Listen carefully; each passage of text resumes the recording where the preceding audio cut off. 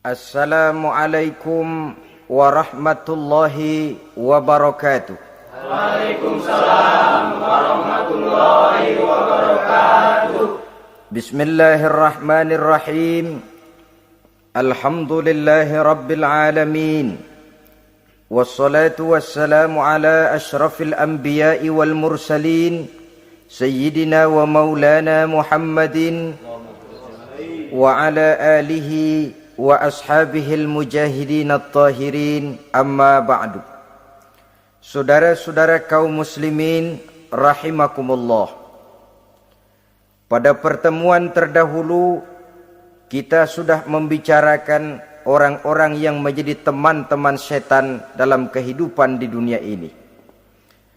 Maka pada pertemuan kali ini kita akan membicarakan tentang siapa yang menjadi musuh-musuh setan di dalam kehidupan. Dengan satu catatan, berbahagialah mereka yang menjadi musuh-musuh setan, tetapi celakalah mereka yang menjadi teman-teman setan. Bagaimanapun juga di dalam kehidupan ini, apabila orang telah memproklamirkan bendera permusuhan kepada kita, maka kita tentu seharusnya bersikap waspada dan mawas diri. Demikian juga iblis dan seluruh bala tentaranya yang terdiri daripada setan-setan. Mereka telah mengibarkan bendera permusuhan kepada Nabi Adam dan anak cucunya, kepada kita umat Rasulullah sallallahu alaihi wasallam. Akan sengsara dan celaka jika kepada iblis dan setan yang telah nyata-nyata mengibarkan bendera permusuhan itu kita mengadakan toleransi, mengadakan kerjasama, dan menjadi budak yang memperturutkan kemauan daripada iblis dan setan. Siapa yang menjadi musuh-musuh setan dalam kehidupan ini? Inilah pertanyaan berikutnya yang diajukan oleh baginda Rasul kepada iblis. Hai iblis, kalau teman-temanmu adalah seperti yang telah engkau jelaskan tadi, sekarang cobalah beritahu saya, siapa di antara umatku yang menjadi musuhmu dalam kehidupan ini? Atas pertanyaan ini, iblis laknatullah menjawab, ya Rasul, musuh-musuhku di antara umatmu, pertama, anta ya Muhammad. Musuhku yang pertama adalah engkau, wahai Muhammad. Kenapa iblis mencatat Nabi Muhammad sebagai tokoh nomor satu dalam deretan musuh-musuhnya? Mudah difahami. Pertama, keberadaan Rasul merupakan rahmah lil alamin, rahmah bagi lingkungan. Yang kedua, beliau berfungsi menyelamatkan manusia dari tempat yang gelap gulita, dari tempat kesesatan menuju tempat yang terang benderang, penuh berisi petunjuk dan hidayah dari Allah Subhanahu wa taala. Maka menurut iblis, inilah manusia perintang pertama atas segala daya dan usahanya menggelincirkan manusia ke jalan yang dimurkai oleh Allah Subhanahu wa taala. Kalau kita baca sejarah, risalah yang dibawa oleh Nabi Muhammad ini memang merupakan risalah yang membawa rahmah bagi alam sekitarnya. Ada sedikit perbedaan dengan risalah-risalah sebelum beliau. Sepertinya risalah yang dibawa oleh para rasul terdahulu itu mempunyai efek yang langsung pada kehidupan di dunia ini. Nabi Nuh misalnya menyampaikan agama. Hai umatku, ini agama. Umat menentang, turun banjir yang menenggelamkan orang-orang kafir. Azab diturunkan pada waktu itu juga, pada saat nabinya masih hidup. Jadi azabnya itu jenis cash, kontan. Nabi Soleh, hai umatku, ini agama. Mereka menolak, turun gempa bumi yang amat hebat menggulung orang-orang kufur. Nabi Musa, hai umatku, ini agama. Mereka menolak, sebagian ditenggelamkan di Lautan Merah, sementara sebagian lain dikutuk menjadi monyet-monyet yang hina seperti diceritakan dalam Al-Qur'anul Karim. Lain dengan Rasulullah sallallahu alaihi wasallam. Bagaimanapun kurang ajarnya umat yang dihadapi oleh beliau, bagaimanapun menentangnya jamaah yang dihadapi oleh beliau, azab tidak turun sepanjang beliau masih hidup. Ini merupakan jaminan dari Allah, wa ma kana Allahu liyu'azzibahum wa anta fihim. Allah sama sekali tidak akan menurunkan azab selama engkau wahai Muhammad masih hidup di tengah-tengah umatmu. Jadi keberadaan Nabi Muhammad merupakan jaminan keselamatan bagi umatnya.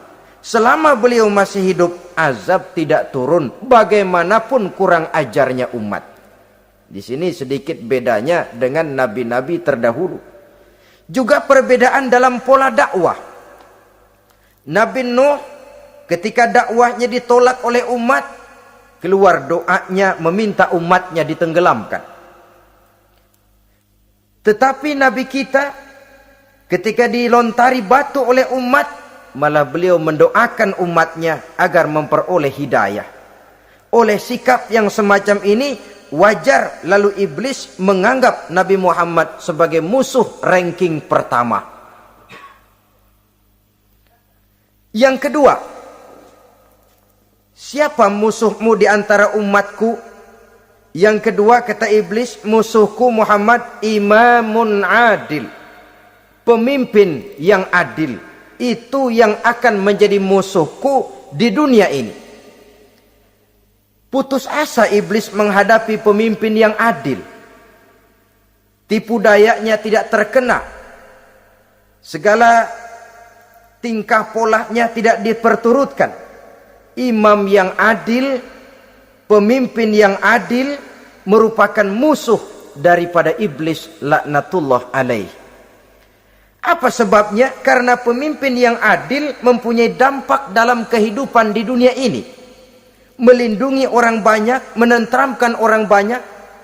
Makin aman, tentram, tenang situasi dan kondisi, makin mudah orang melaksanakan ibadah.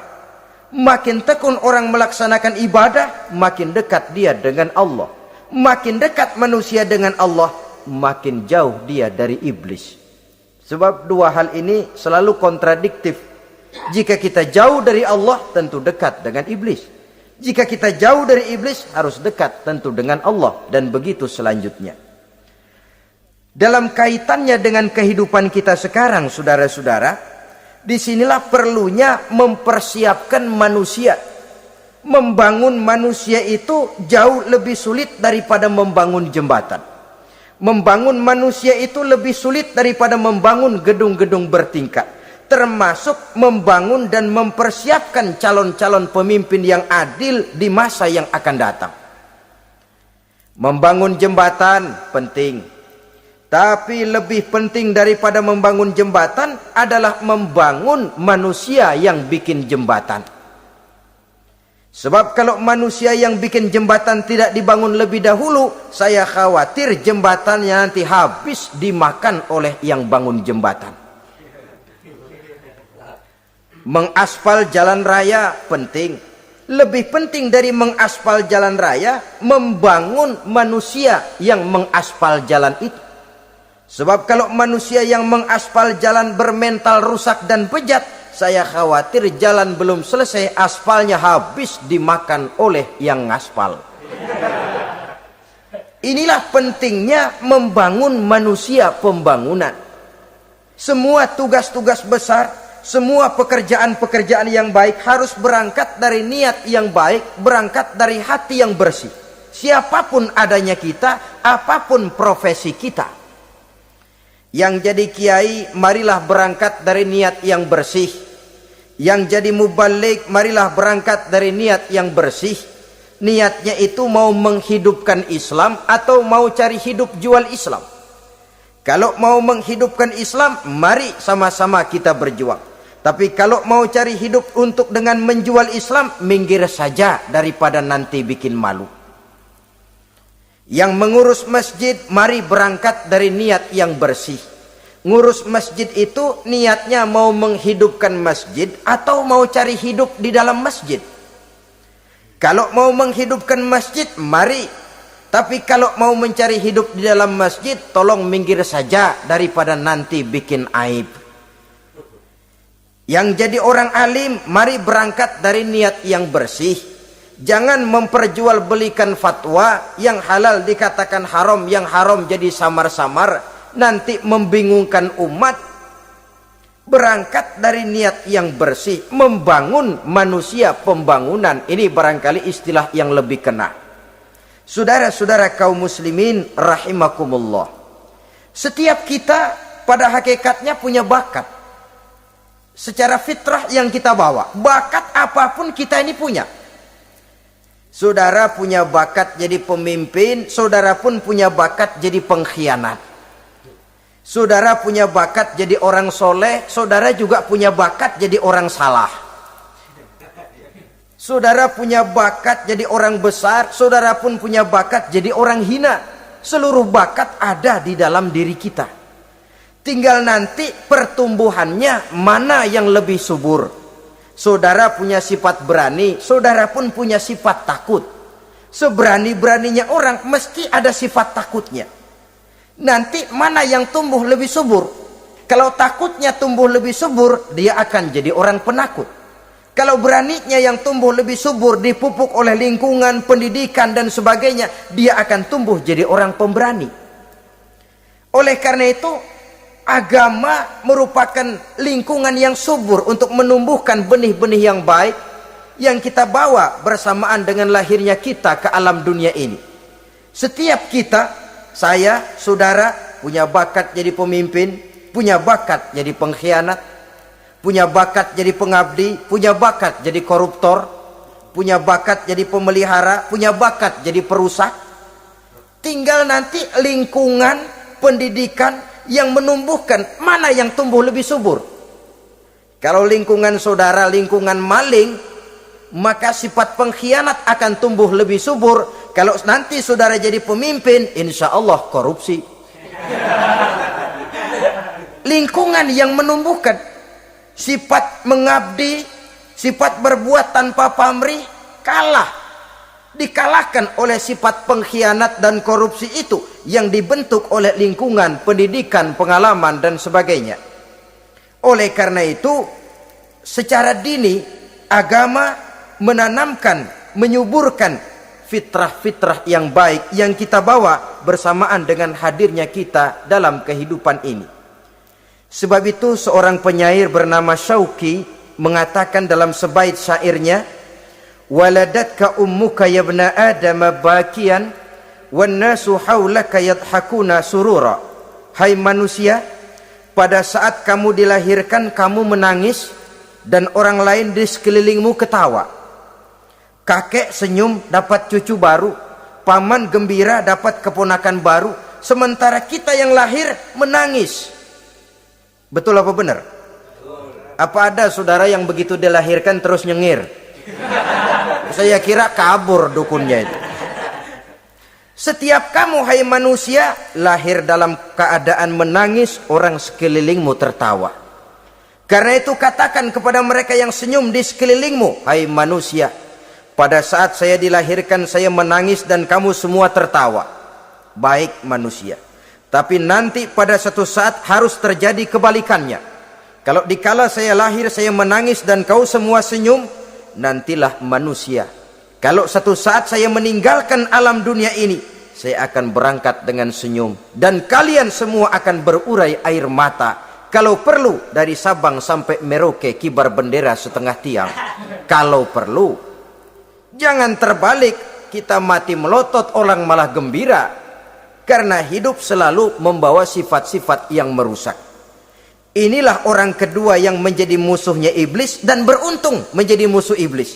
Siapa? Imamun adil, pemimpin yang adil.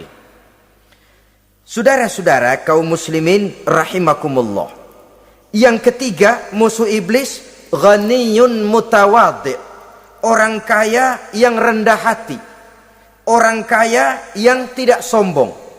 Kaya apa saja, baik kaya oleh karena ilmu, orang yang kaya karena ilmu disebut orang alim.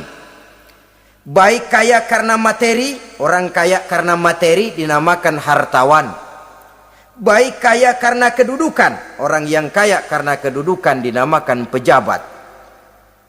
Orang kaya yang rendah hati itu musuh iblis. Beruntung dia menjadi musuh iblis.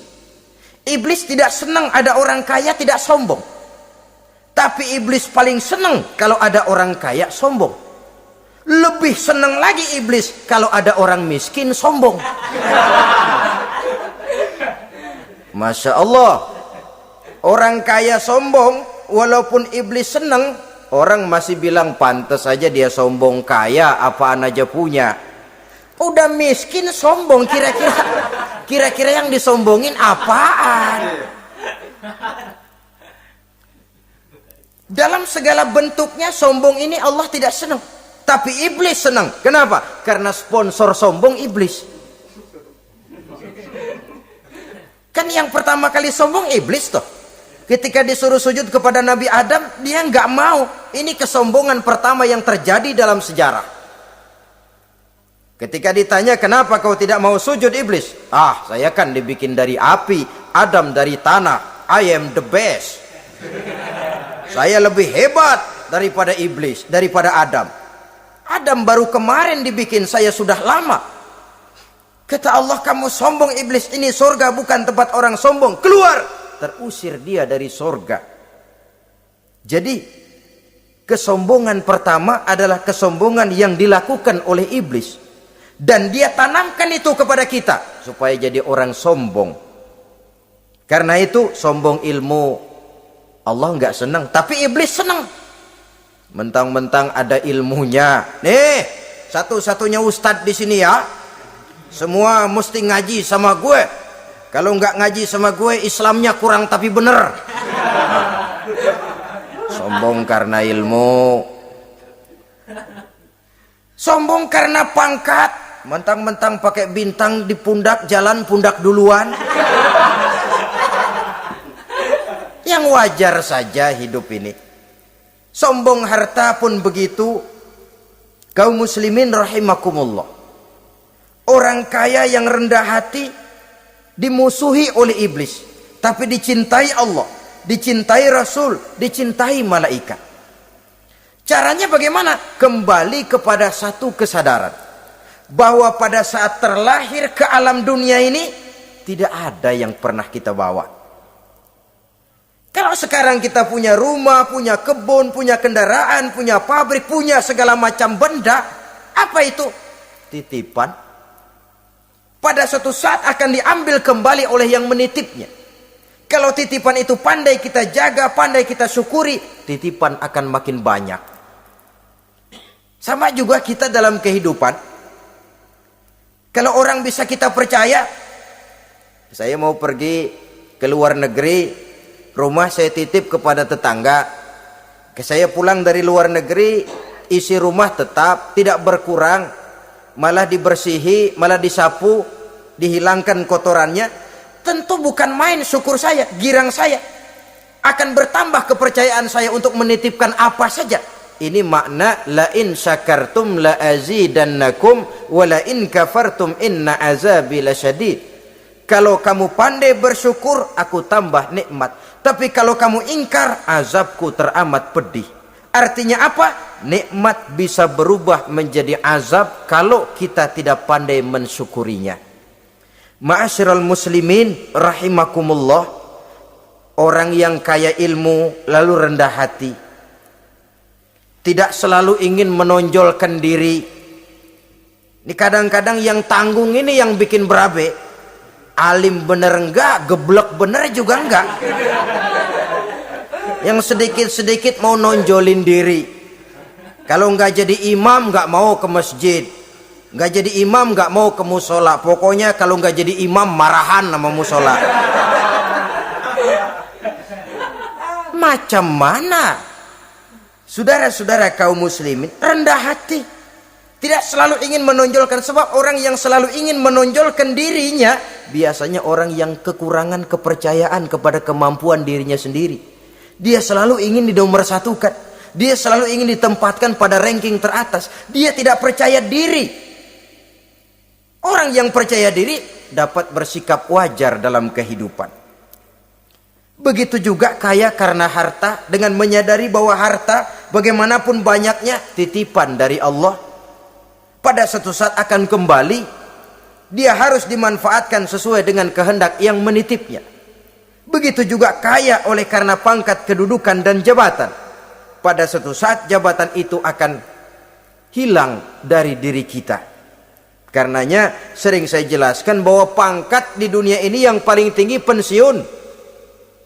Titel yang paling akhir almarhum. Saudara setuju atau tidak, titel itu akan saudara dapat. Bagaimanapun kita cinta kepada pangkat, kedudukan, entah pada akhirnya satu saat akan sampai kepada posisi yang namanya pensiun. Kalau sadarlah kita kepada pemikiran ke arah sana, maka untuk mencapai kekayaan, baik kekayaan harta, kekayaan kedudukan, tidak lalu menghalalkan segala cara untuk mencapai tujuan, tapi dibatasi oleh norma dan kaedah yang harus dia taati, baik kaedah agama maupun kaedah bernegara. Inilah orang ketiga yang menjadi musuhnya iblis, orang kaya yang rendah hati, orang kaya yang tidak sombong. Yang keempat, saudara-saudara, tajirun shadiq, pedagang, pengusaha yang jujur. Iblis gedek betul, benci bukan main sama pengusaha, sama pedagang yang jujur, yang tidak ngurangi timbangan, tidak nipu pembeli, tidak barang yang jelek dibilang bagus, atau yang bagus di atas yang jelek di bawah, atau dicampur yang baik dengan yang jelek supaya kelihatan semuanya jadi baik. Semua orang ingin untung, tidak ada kecuali siapapun orangnya, dan itu wajar. Setiap manusia ingin mendapat keuntungan, kalau perlu dengan modal minimal mencapai keuntungan maksimal, seperti yang diajarkan oleh teori ekonomi. Itu kan yang namanya produktif kan. Satu usaha dinamakan produktif, bagaimana kita mengeluarkan modal minimal bisa mencapai keuntungan maksimal. Silakan. Bahwa manusia ingin untung itu insting, naluri, fitrah. Tidak ada orang yang mau rugi. Tapi cara mencapai keuntungan itu yang membedakan antara seorang muslim dengan yang bukan muslim. Sudah pernah saya sampaikan, apabila kaum pengusaha, para pedagang sudah dijangkiti penyakit yang tidak jujur, yang akan timbul adalah kekacauan ekonomi. Kekacauan ekonomi bisa menimbulkan revolusi sosial, dan revolusi sosial merupakan kiamat satu generasi. Semua kericuhan hampir bermuara dari perut, dan itu ekonomi. Orang nodong perut, orang korupsi perut. Ya walaupun korupsi kalau sudah kelas kakap tidak lagi sekedar urusan perut. Ya perut apa yang diurusin kalau korupsinya miliaran itu? Perut jin barangkali. Saudara-saudara kaum muslimin rahimakumullah. Oleh karena itu, pedagang yang jujur, pengusaha yang jujur, ini merupakan musuh iblis. Iblis tidak senang kalau ada pengusaha yang jujur. Iblis tidak senang kalau ada pedagang yang jujur. Tapi iblis akan tepuk tangan kalau pedagang sudah selingkuh, kalau pengusaha sudah nipu. Ada orang bilang, sekarang mah kalau jujur-jujur bener nggak makan apa-apa dong kita. Sebab katanya jangan lagi nyari yang halal, sekarang ini yang haram aja seret. Rupanya sering masang undian nggak pernah kena. Lalu bilang jangan yang halal, yang haram aja nggak kena-kena katanya. Sebenarnya bukan itu masalahnya, saudara-saudara. Bukan itu masalahnya. Masalahnya ialah bahwa kejujuran membawa keberkahan. Ini kalau kita berpikir dengan kacamata agama. Keberkahan merupakan sumber ketenangan. Dan ketenangan ini tidak bisa dibeli dengan materi yang bagaimanapun banyaknya. Walaupun kita punya percetakan duit, ketenangan itu nggak bisa dibeli. Jangankan cuma punya duit banyak, percetakan duit saudara punya, mau membeli ketenangan yang berasal dari keberkahan, sulit. Jadi kejujuran membawa keberkahan, keberkahan membawa ketenangan. Jangan macam dulu tukang sol sepatu. Ditanya oleh temannya, "Bang, ngesol satu hari dapat berapa?" 200 rupiah. Sembayang enggak? Enggak. Islam? Islam, kalau Islam mah. Kata temannya, "Sembayang dah, kali aja besok dapat rezeki lebih banyak." Yang benar, iya. Sebab kalau orang sholat itu Allah dekat, nanti rezekinya ditambah. Beneran? Bener. Subuh sembayang dia. Habis sembayang sarapan, berangkat ke tempat dia ngesol, mangkal. Dari pagi sampai jam 11 belum ada juga yang ngesol. Mulai bimbang hatinya. Katanya kalau sembayang rezeki tambah. Tadi sembayang subuh sampai gini hari belum ada yang ngesol. Cobaan kali, sabar. Datang sholat zohor. Habis zohor nunggu lagi, belum juga ada yang datang ngesol. Udah mau pulang hampir maghrib, baru datang satu orang dandanin sendal jepit putus.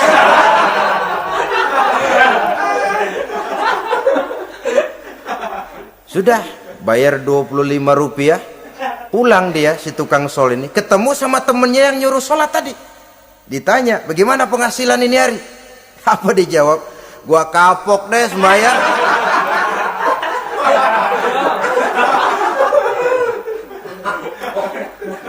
Kemarin nggak sembayang dapat 200, sekarang begitu sembayang jigo.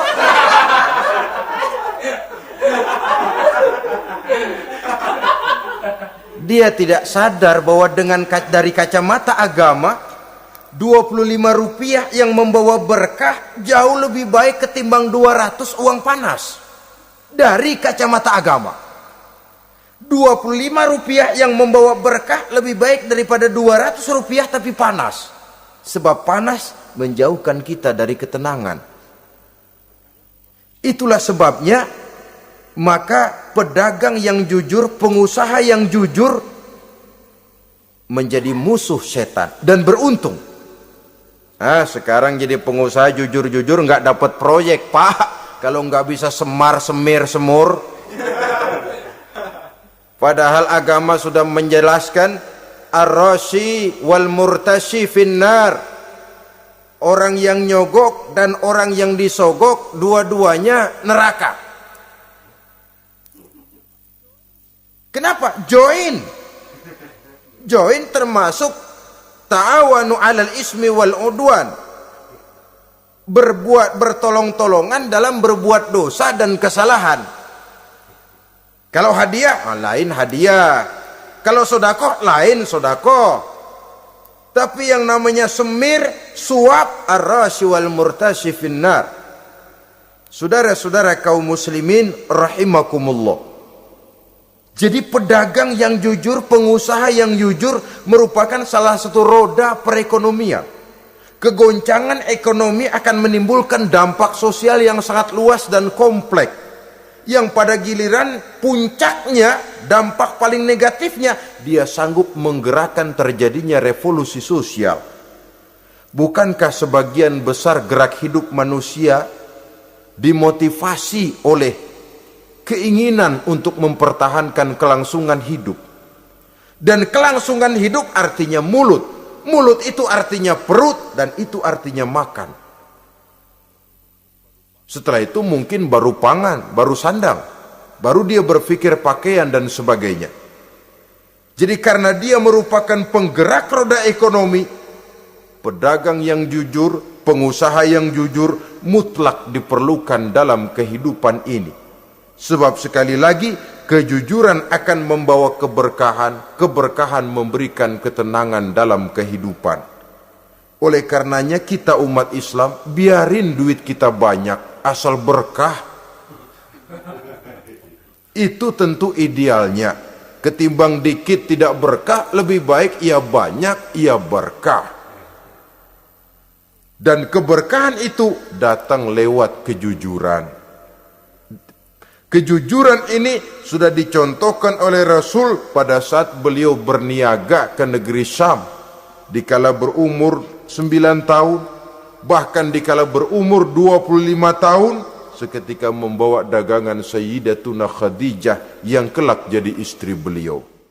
Saudara-saudara, kita maklum bahwa solat merupakan sarana yang paling efektif untuk mendekatkan manusia kepada Allah. Makin dekat manusia dengan Allah, makin tidak senang iblis dan setan. Karena itu segala macam cara mereka berusaha mengaduk-ngaduk solat kita. Dan sesungguhnya, jikalau kita mengerjakan solat, itu kan targetnya cuma dua. Pertama, agar solat kita itu sah. Yang kedua, agar solat kita itu qabul, yakni diterima oleh Allah. Kalau soal sah dan tidak, ukurannya gampang. Saya kalau ditanya orang, Pak, solat saya sah atau tidak? Saya bisa jawab. Saudara, solatnya syarat rukunnya cukup apa tidak? Cukup, sah. Itu kalau perkara sah. Tapi kalau sudah perkara qabul, Pak, solat saya diterima atau tidak oleh Allah? Ini saya tidak bisa jawab. Kenapa? Soal qabul mencakup masalah batin. Cuma ukuran logikanya, kalau syarat rukun cukup, insya Allah qabul. Saudara-saudara kaum muslimin rahimakumullah. Oleh karenanya, pada saat kita solat, iblis, setan datang dari segala macam penjuru supaya kita kehilangan rasa khusyuk. Apalagi kalau kita jadi imam yang gerak kita, bacaan kita dilihat, didengar, disaksikan oleh orang banyak. Digodanya gerakan kita, dibolak-baliknya hati kita supaya di dalam solat itu banyak yang kita ingat, hal-hal yang tidak ada hubungannya dengan solat. Kadang-kadang belum solat kita ribut nyari pulpen, nggak ketemu. Begitu takbir ingat pulpen di atas lemari. Mulai goncang lagi niat kita solat. Kadang-kadang kalau hati tidak bisa dipermainkan, iblis berbisik lagi. Gerakan kita dalam solat tidak mencerminkan kekhusyuan. Kalau gerak juga ternyata masih bisa khusyuk, bacaan kita dibuatnya kita seperti dikejar-kejar waktu. Solat Isya misalnya dengan cara kilat khusus, super singkat. Saya katakan tadi, apalagi kalau kita jadi imam, iblis mudah mendatangkan penyakit riya. Karena mengimami orang banyak, lalu supaya dikira alim, dibuatlah solatnya itu mantep-mantep. Surahnya dicari yang panjang-panjang, paling pendek sabihis sama wadduha. Tapi kalau sudah solat sendirian, cukup inna a'toinakal kautsar sama kul huwallahu ahad. Kayaknya khusyuk bukan main. Kalau imam, bahasanya dipaseh-pasehin kayak orang 16 tahun di Mekah. Usolli fardhol maghribi salasa rakaatin. Saudara-saudara kaum muslimin yang berbahagia, oleh karena solat merupakan sarana yang paling efektif untuk mendekatkan diri dengan Allah, maka orang yang khusyuk di dalam solatnya merupakan musuh utama daripada iblis. Sekarang bagaimana bisa khusyuk caranya? Kalau khusyuk 100%, rasa-rasanya sulit. Untuk sampai ke arah sana orang memerlukan tahapan. Kepada Imam Ali karramallahu wajhah, baginda Nabi pernah memberikan satu tes case. Ali, saya ya Rasul, kalau kau bisa sholat 2 rakaat saja dengan khusyuk, aku kasih hadiah sorban. Baik ya Rasul. Sembayang Imam Ali 2 rakaat, selesai sholat, assalamualaikum wassalamualaikum. Rasul bertanya, yang mana sorbannya Li? Tanpa nengok, Imam Ali menjawab, yang hijau ya Rasul. Setelah menjawab yang hijau, Rasul berkata, kamu tidak khusyuk Li. Kenapa? Soalnya tadi waktu sembayang mikirin, nanti kalau ditawarin sorban pilih yang hijau aja ah. Sehingga begitu ditanya, refleks menjawab, yang mana li? Yang hijau saja ya Rasul. Oleh karena itu, menurut Al-Imam Nawawi, pada tingkatan yang paling sederhana, sudah sampai ke tingkat khusyuk, asal pada waktu takbiratul ihram ingat kepada Allah. Tapi jangan lupa, itu tangga pertama. Jangan ada fatwa begini lalu aman. Yang penting kan takbirnya ingat Tuhan, belah sononya mau kemana kek. Bukan itu. Itu pada tingkatan pertama sudah sah dipandang khusyuk solatnya orang awam, asal pada waktu takbiratul ihram dia ingat kepada Allah. Tetapi harus terus berusaha agar sepanjang solat dia ingat kepada Allah. Caranya bagaimana? Pertama, menanamkan diri bahwa pada saat kita sedang mengerjakan solat, yang lain tidak ada kecuali Allah. Yang kedua, berusaha memahami apa yang kita baca. Sehingga pada saat kita sujud, subhana rabbiyal a'la wa bihamdi, terbayang kemahasucian Allah, kemahatinggian Allah. Sehingga hati tidak mengembara, mulut berucap, hati mengikuti apa yang diucapkan.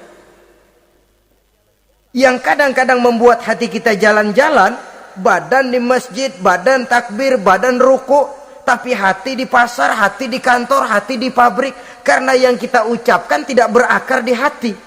Yang kita baca kita nggak tahu artinya. Sangat boleh jadi hati lalu mengembara kemana-mana. Jadi untuk menopang kekhusyuan ini, cara yang paling efektif, pertama, tidak ada yang lain pada waktu kita sholat kecuali Allah. Yang kedua, berusaha memahami apa yang kita baca. Dikala kita sujud dikala kita duduk di antara dua sujud, Rabbighfirli, ya Allah ampuni dosa saya, warhamni, kasihani saya, dan selanjutnya. Mulut membaca, hati mengikuti. Dengan mengikuti, hati tidak terlalu mengembara, ada tempat dia kembali. Saudara-saudara kaum muslimin rahimakumullah. Itu yang kelima.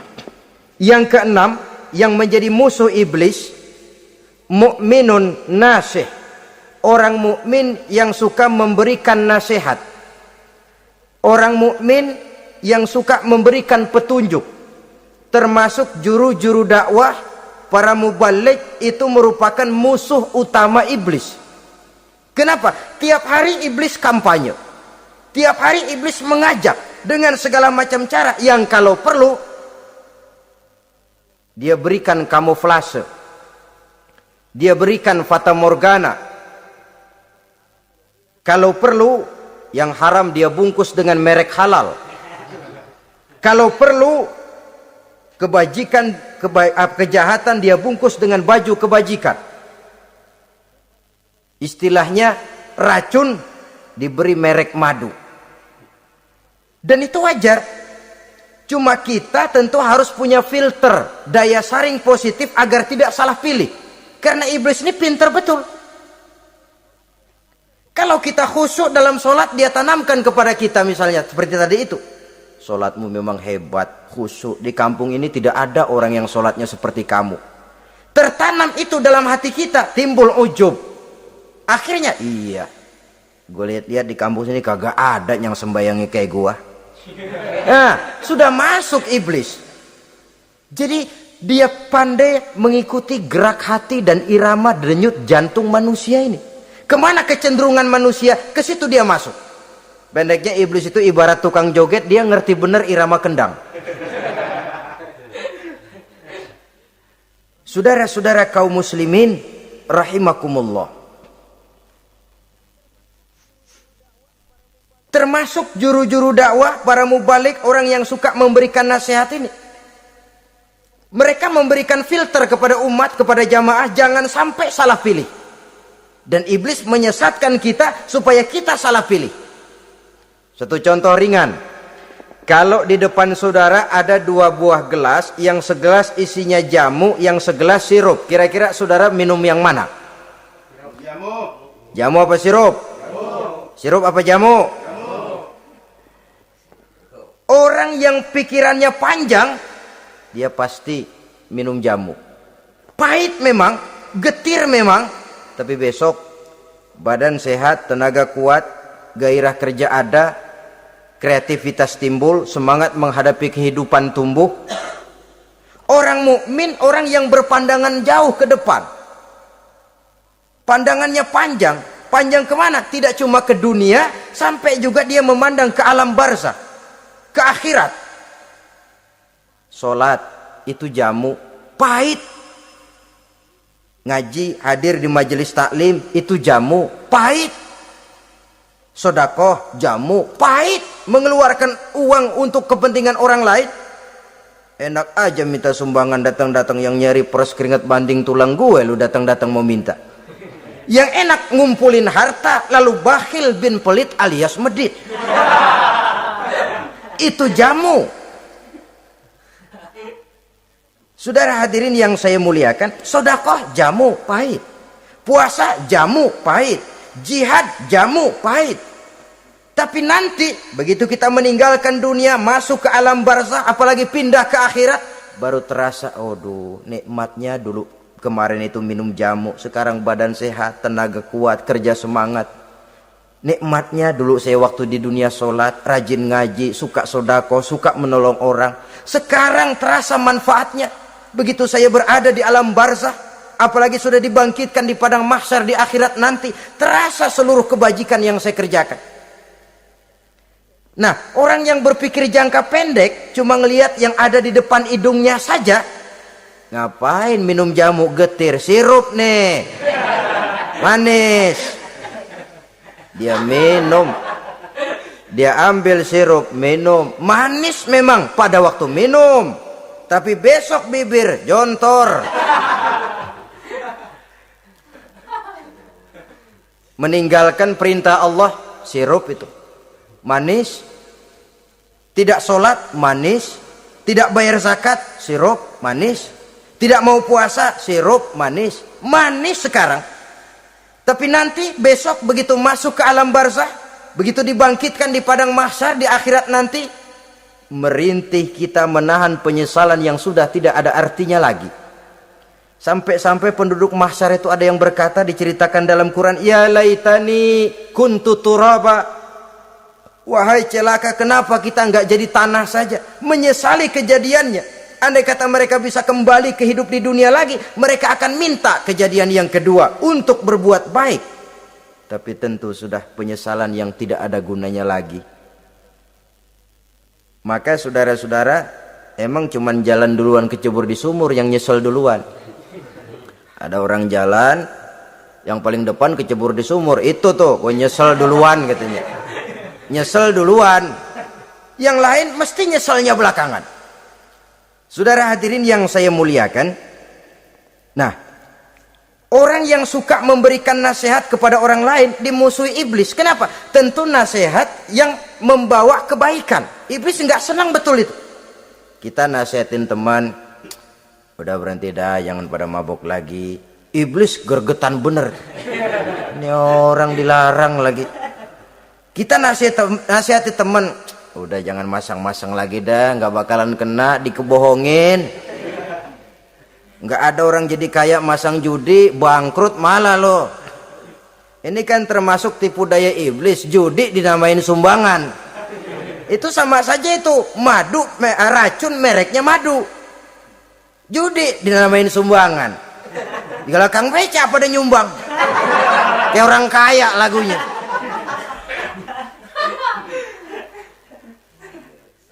Saudara-saudara kaum muslimin rahimakumullah, adalah kewajiban kita memang untuk tawasau bil haq, saling nasihat menasihati. Setiap kita juru dakwah, setiap kita wajib menyampaikan apa yang sudah kita tahu kepada orang yang belum atau kurang tahu.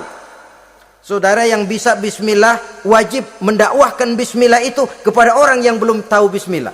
Saudara bisa Fatihah harus menyampaikan itu kepada orang yang belum bisa Fatihah. Persetan dengan orang lain. Apalagi yang cuma kerjanya ngeritik saja, lu baru bisa Fatihah doang udah ngajar. Biar aja yang diajarin gak bisa Fatihah kok. Apa masalahnya pemerataan di bidang keilmuan?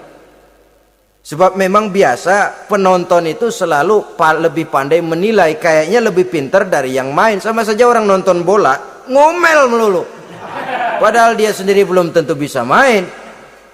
Dengerin orang pidato pun begitu. Monten bisa. Wah, kalau dia yang pidato 1 jam kayak semenit. Tapi kalau si Ano tuh kita udah pegel belum juga mau berhenti. Monten bisa. Coba dia suruh pidato udah 1/4 jam masih ama ba'du. Apa mau dibilang ama ba'du?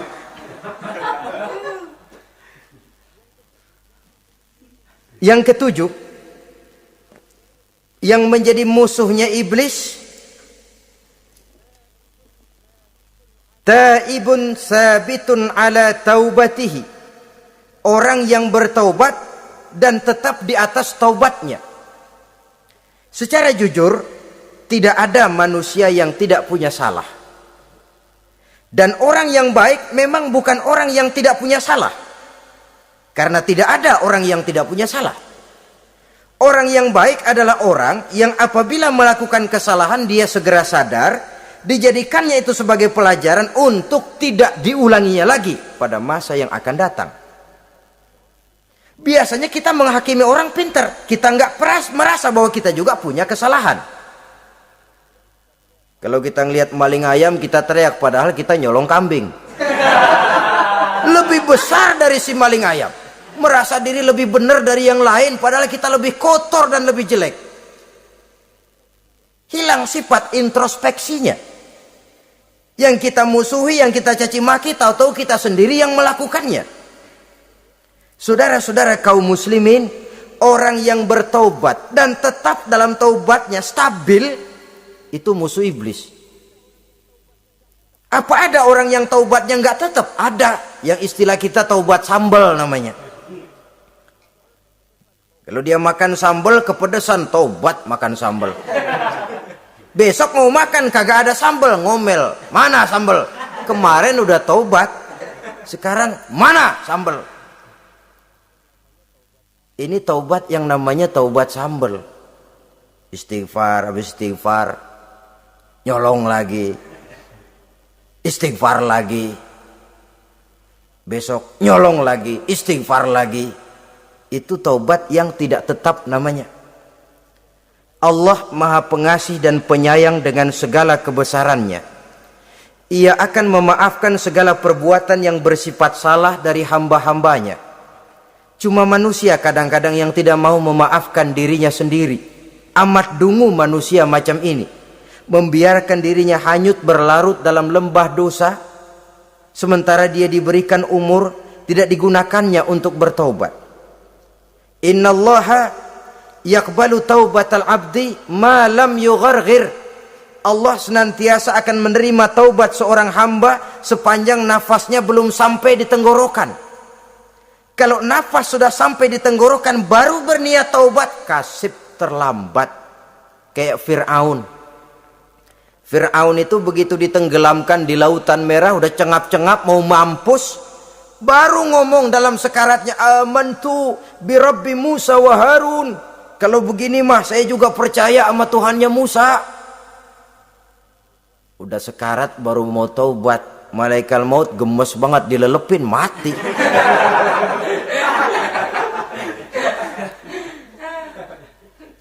Nah, kepada adik-adik remaja, biasanya kalau sudah bicara taubat, pikiran kita, taubat mah urusan 70 tahun ke atas. Kita masih lama ini. Sebenarnya tidak. Masalah taubat adalah masalah salah dan dosa. Masalah salah dan dosa adalah masalah manusia. Sejak dia akil balik sampai ajal datang merenggut nyawa. Hidup ini tidak selalu berjalan mulus. Hidup ini tidak selalu berjalan di atas kertas putih. Kadang kita tersilap, kadang kita tersalah. Kadang situasi dan kondisi menyebabkan kita berbuat lain dari yang seharusnya. Itu kehidupan. Silih berganti. Oleh karenanya pesan Nabi, wa'at bi'is sayyi'atal hasanah. Perbuatan salah ikuti dengan kebajikan. Dosa iringi dengan taubat. Jangan nunggu. Saya untuk taubat takut nanti bikin lagi. Nah, ini namanya punya harapan mau bikin lagi. Nanti aja dah kalau tua-tuaan. Saudara, kalau dosa itu ditumpuk, Itu sama saja kotoran yang menodai hati. Kalau kotoran nggak rajin kita bersihin, dia akan berkarat. Dan kalau sudah berkarat, sudah sulit untuk dibersihkan. Itu makna ungkapan Imamul Ghazali, hati manusia sebening kaca. Lapisan dosa yang dia kerjakan adalah debu yang menutupi jernihnya kaca. Orang yang bersih dari dosa, dekat dengan Allah, hatinya jernih seperti kaca. Dari hati yang jernih, radarnya kontak kepada Allah. Sinyalnya nyambung channelnya itu. Getarannya hebat. Wajar kalau lalu dia bisa tahu apa yang besok akan terjadi. Diberitahu oleh Allah. Yang namanya ilmu laduni itu. Ilmu yang ditransfer langsung oleh Allah. Karena kebersihan hatinya. Mana ada orang nggak belajar bisa pinter. Iya, kalau hatinya butek emang nggak ada. Tapi kalau Allah mau berberangkat dari hati yang bersih, yang kontaknya nyambung kepada Allah, hati itu seperti kaca, kata Imam Ghazali. Dosa yang kita lakukan adalah debu. Kalau debu sedikit datang kita lap, datang lagi kita bersihin, datang lagi kita bersihin. Insya Allah nggak sampai jadi noda di atas kaca itu. Tapi kalau nunggu debu itu sampai bertumpuk, besok aja ngelapnya dah, besok aja ngebersihinnya, bertumpuk dia, sulit membersihkannya. Walaupun kena, nodanya tentu tertinggal di atas kaca itu. Karena itu dalam kehidupan remaja misalnya, pemuda misalnya, kita tidak bisa menolak mode. Tidak bisa menolak musim. Modenya disco, modenya breakdance, modenya joget, modenya jaipongan. Mode pada waktunya habis, ya habis. Tapi bagaimanapun dia akan punya dampak, memberikan bekas dalam membentuk kepribadian. Dan ini efek yang tidak kita inginkan. Efeknya, bukan modenya itu. Jadi oleh karenanya saudara-saudara, masalah taubat bukan masalah 70 tahun ke atas, tapi masalah manusia sejak dia akil balik sampai ajal datang merenggut nyawa. Sepanjang nafas belum sampai di kerongkongan, Allah akan menerima taubat seorang hamba. Bahkan dalam hadis qudsi Allah menyatakan, "Lau amiltumul khotoya hatta mala'atis sama thumma nadimtum fataballahu alaikum." Kalaupun kamu berbuat dosa sampai penuh langit dengan dosamu, kemudian kamu bertaubat dan menyesal, Allah pasti akan menerima taubatmu. Jadi orang yang taubat dengan sebenarnya dan tetap dalam taubatnya, itu musuh iblis. Tapi orang yang taubatnya angin-anginan, iblis demen banget. Hari sembahyang, besok mabok, besoknya lagi nyolong, besoknya lagi zina, besok tobat lagi. Kata iblis, surak, iya lu gocet dah Tuhan.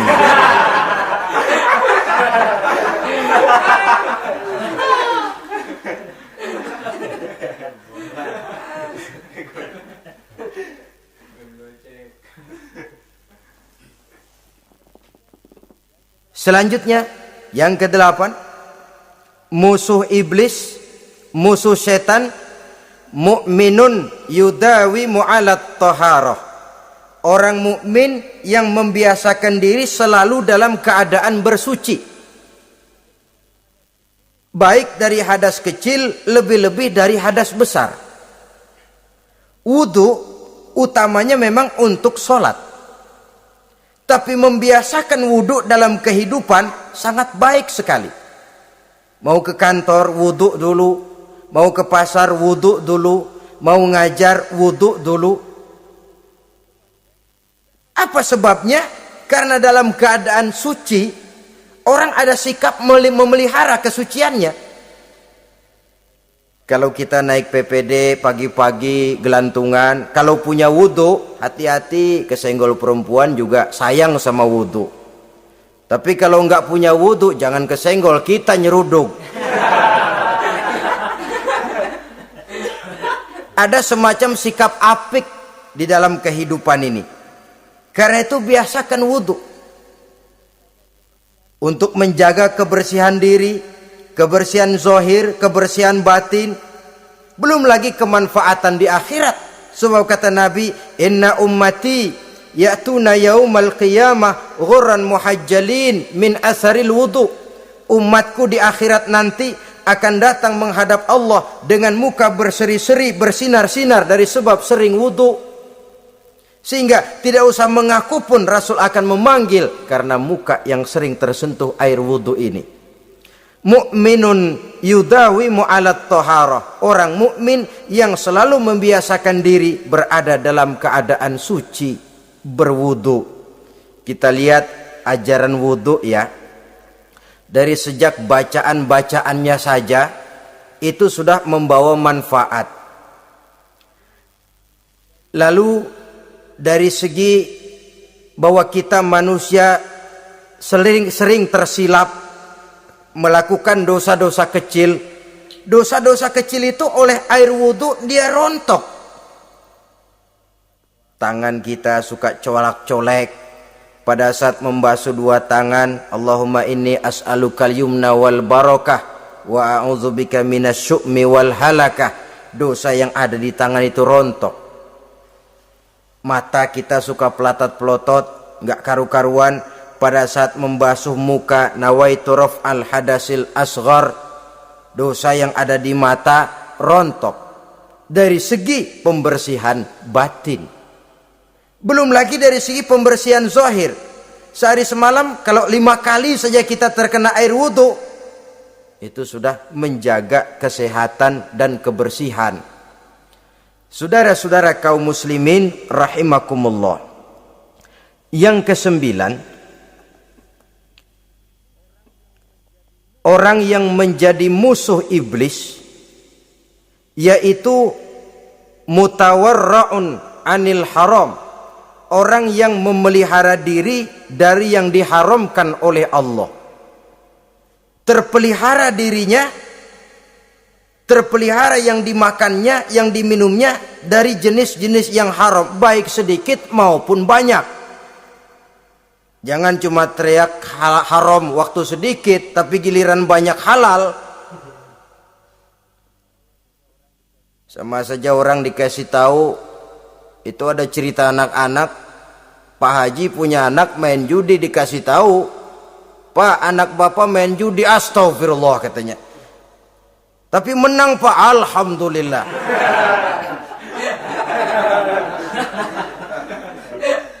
Ini kan sama saja, giliran sedikit dibilang haram karena dia nggak dapat jatah, begitu dapat banyak dan dia kecipratan jadi halal. Yang sedikit haram, banyaknya pun juga haram. Yang banyaknya haram, sedikitnya juga haram. Ada orang bilang minuman keras kalau nggak mabokkan nggak haram. Yang memabokkan banyaknya, sedikitnya tetap saja haram. Ma askaro kasiruhu faqaliluhu haramun. Apa yang banyak menyebabkan jadi mabuk, sedikitnya pun juga haram. Saudara-saudara kaum muslimin, yang ke-10 yang terakhir, musuh daripada iblis ialah mukminun rahimun, orang mukmin yang berhati pengasih. Orang mukmin yang suka menyambung silaturahmi. Orang mukmin yang tidak suka bertengkar. Orang mukmin yang tidak suka marah-marahan. Kalaupun terpaksa marah, tidak lebih daripada 3 hari. Jadi boleh saja marah kalau alasannya tepat, tapi nggak lebih dari 3 hari. Kalau perlu bikin perjanjian, kita marah ya 3 hari. Itu limit. Tidak halal kata Nabi bagi seorang muslim menjauhi saudaranya lebih dari 3 hari. Tidak halal itu artinya haram. Kita ini kadang-kadang kalau sudah marahan sama tetangga kah, sama teman kah, kadang-kadang suka berlaku perpanjangan waktu. Tidak cukup perpanjangan waktu, ditambah lagi perpanjangan generasi. Enggak cukup kita yang marah, orang lain kita sundut-sundut supaya ngikut marah lagi. Marah pakai ngundang.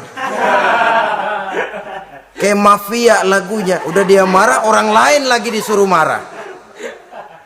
Saudara hadirin yang saya muliakan, mukmin yang punya sifat belas kasih, berhati jernih, itu musuh utama dari iblis. Tapi mukmin yang suka marah-marahan, tukang hasut dan tukang bakar, itu teman-teman iblis. Oleh karena itu, mudah-mudahan kita semua menjadi musuh iblis. Dan jangan menjadi musuh iblis. Jangan menjadi teman iblis. Sebab iblis sudah kadang memproklamirkan permusuhan.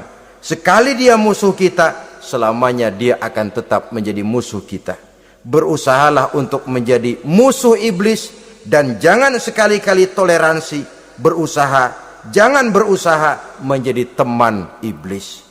Inilah yang kita bicarakan pada pertemuan ini. Mudah-mudahan ada manfaatnya. Terima kasih atas segala perhatian. Mohon maaf atas segala kekurangan. Wassalamualaikum warahmatullahi wabarakatuh. Waalaikumsalam